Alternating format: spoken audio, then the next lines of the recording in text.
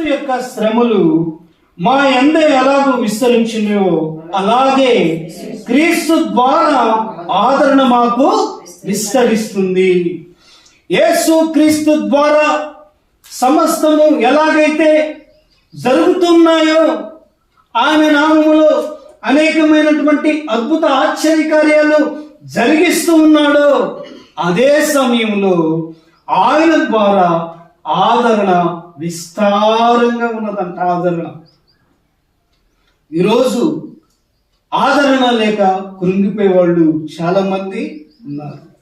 పరిశుద్ధ గ్రంథంలో ఒక వాక్యం ఉంది, నాకు బాగా ఇష్టమైనటువంటి వాక్యం.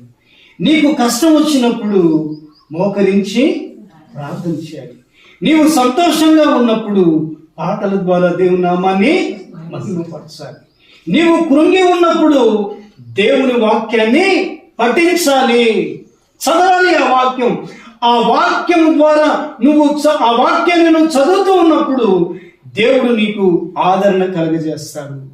యెహోషువ, నీవు నా ప్రజలను నడిపించే విషయంలో, వారిని పరిపాలించే విషయంలో, వారికి ఉన్నటువంటి అక్కర్లన్నిటినీ తీర్చే విషయంలో నువ్వు అలాగూ వారిని ముందుకు నడిపించాలి అంటే ఒక పని చేయాలి. ఏంటో తెలుసా? నేను నడిపించలేము ప్రభు అని కృంగిపోవడం కాదు, నా ధర్మశాస్త్రాన్ని నువ్వు చదవాలి, ధ్యానం చేయాలి. దివారాత్రులు వాటిని ధ్యానం చేసి నువ్వు అలా నడుస్తూ ఉన్నప్పుడు కుడికి కానీ ఎడకు కానీ ప్రక్కకి పోకుండా నీ మార్గంలో నువ్వు క్షేమముగా నడుస్తావు అన్నాడు. ఎవరితోటి అండి? యెహోషువతో దేవుడు మాట్లాడుతున్నాడు. మోషే వెళ్ళిపోయిన తర్వాత